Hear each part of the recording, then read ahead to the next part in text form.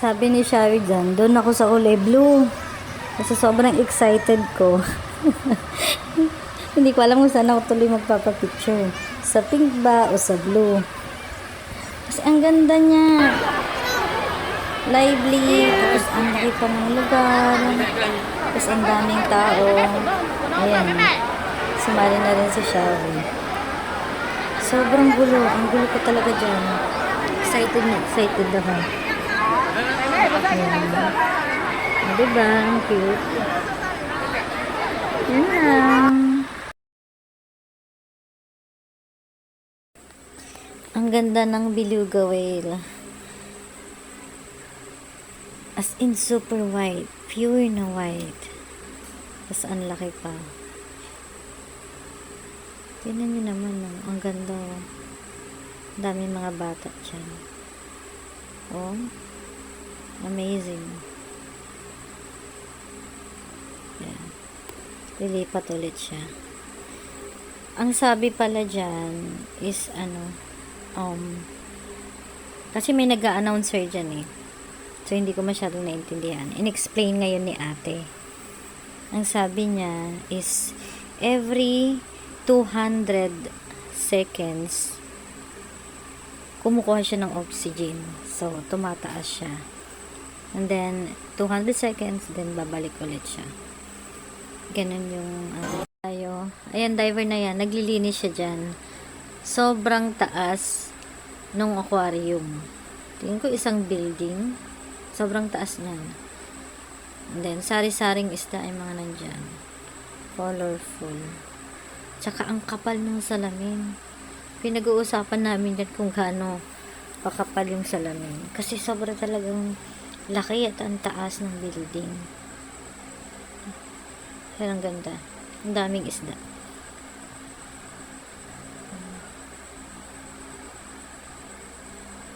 Ganda. Kapal. Dito naman sa aquarium na to, ayan, ang gaganda rin ng isda. Ang tsaka ang linaw ng tubig. Ayan. Yung tinuturo niya yan. Stonefish pala yan.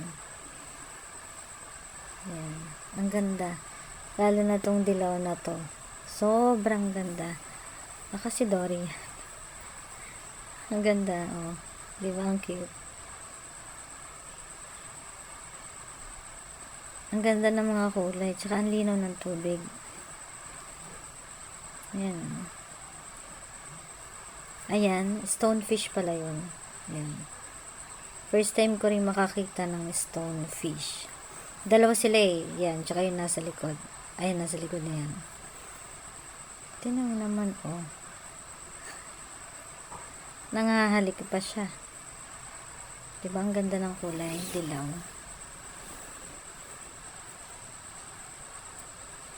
Ang daming isda. Sari-sari. Ayan yung stonefish. Ayan yan. Hindi mo talaga mapagkakamalang isda. Eh kasi gumalaw siya that time. Diyan ako giliw na giliw eh. Diyan sa dilaw na yan.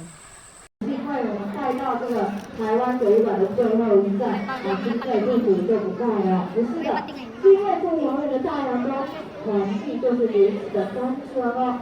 那这一望无际的大洋中啊，这些人们要怎么保护自己呢？他们要记得保护自己的保护妙招哦。刚刚看见啊，有一些小鱼一整群的游在一起，这个叫做水游。在大中啊，小鱼就是用这种方式来保护自己哦。如果有一尾大鱼和它们的猎食者突然出现，追着小鱼它们的避风而上，然后呢就会增加自己保护的几率了。除此之外啊，大家。Oh, ito pa. Ayan, may diver dyan. Tingin ko siya yung naglilinis sa mataas na aquarium. Or iba. Sobrang ganda.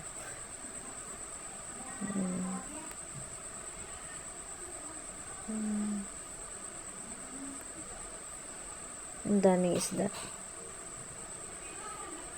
Yan, ano pang tawag dun sa isda na yun? Yung pagi. Yung smiley. Naka-smile na isda. Ganda, no? Ayan o. Mga pagi. Ang haba pala ng buntot niya. At saka sa personal, sobrang laki pala. Ayun, nakismell siya.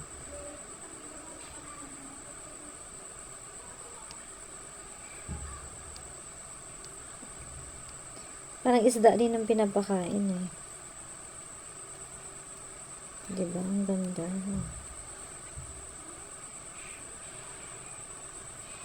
Ayan o, naka-smell siya o.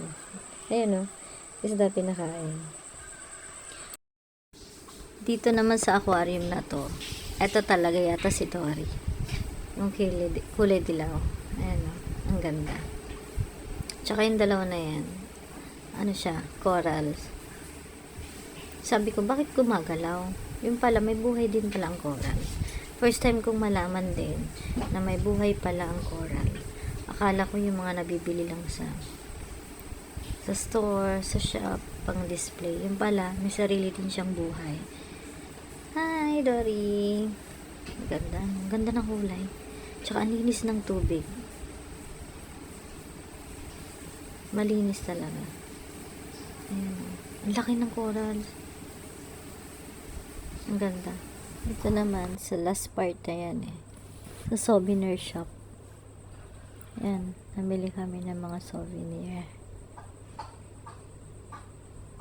Ang kulit ni mama dyan. Ngayon, ang bayaran na. Magbabayad na kami. Kulang pala ng 100 plus. Kaya sabi ko, nasan si ate? Kasi kulang ng 100. 100 plus NT. Pero nabayaran naman. Inantay lang namin si ate. Ito na yun. Magbabayad na kami. Relax lang. So,